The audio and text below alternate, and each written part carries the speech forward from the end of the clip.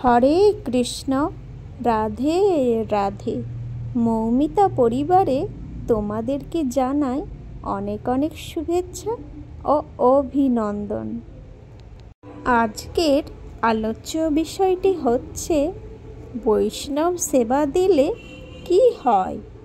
এটা বিস্তারিত জেনে নেব এই ভিডিওর মাধ্যমে। শ্রোতা বন্ধুরা, কেউ ভিডিওটা স্কিপ করে না যেয়ে পুরো ভিডিওটা দেখার অনুরোধ রইল। রাধে রাধে। তুঙ্গভদ্রা নদীর ধারে একজন লোক ছিলেন, তার নাম ছিল কটাল। এই কটাল তেমন ভালো মানুষ ছিল না।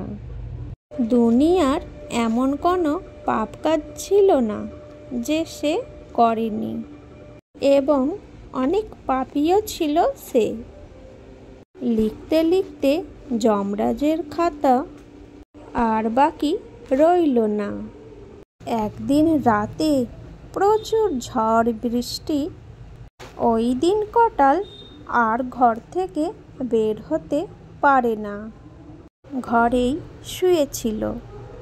তখন এক বৈষ্ণব ঝড় বৃষ্টির মধ্য দিয়ে কটালের ঘরের দরজায় এসে আশ্রয় নেয়।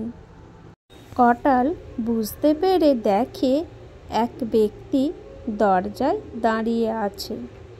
তখনও কটালের ভিতরে ওই ধরনের জ্ঞান ছিল না যে কে সাধু, কে বৈষ্ণব আর কে সাধারণ মানুষ। কটালের মনে হঠাৎ কিসের একটা দয়া মায়া হলো। তখন কটাল কি করলো, ওই লোকটাকে ডেকে এনে ঘরে বসালো। তারপর আবার কটাল ঘুমিয়ে পড়ল। যখন ঝড় বৃষ্টি থেমে গেল, তখন ওই বৈষ্ণব চলে গেল। তারপরে কিছুদিন পরেই ওই কটালের মৃত্যু হলো। মৃত্যুর পরে যখন যমালয়ে গেলেন, যমরাজ চিত্রগুপ্তকে বলল, দেখো তো এই ব্যক্তির লিস্টে কি লেখা আছে। চিত্রগুপ্ত খোঁজে দেখে সব জায়গায় লাল আর লাল, কোথাও কোনো ফাঁকা নাই। হঠাৎ দেখতে পায় এক জায়গায় শেষের পৃষ্ঠায় একটু লেখা রয়েছে নীল কালি দিয়ে। চিত্রগুপ্ত তখন যমরাজকে বলে, এই তো পেয়েছি একটা নীল দাগ। যমরাজ তখন কটালকে বলল, তুমি একবার মানব জন্ম পাবে, আর বাকি সব নরক। তা তুমি আগে বলো কোনটা নেবে, মানব জন্ম নাকি নরক? কারণ তুমি একবার নরকে গেলে তুমি কবে যে মানব জন্ম পাবে সেটা আমি ঠিক বলতে পারছি না। তখন কটাল যমরাজকে বলল, আমি কি এমন কাজ করেছি যার জন্য আমাকে মানব জন্ম নিতে হচ্ছে? তখন যমরাজ বললেন, এক ঝড় বৃষ্টির রাতে এক বৈষ্ণব তোমার ঘরের দরজায় এসে দাঁড়িয়েছিল।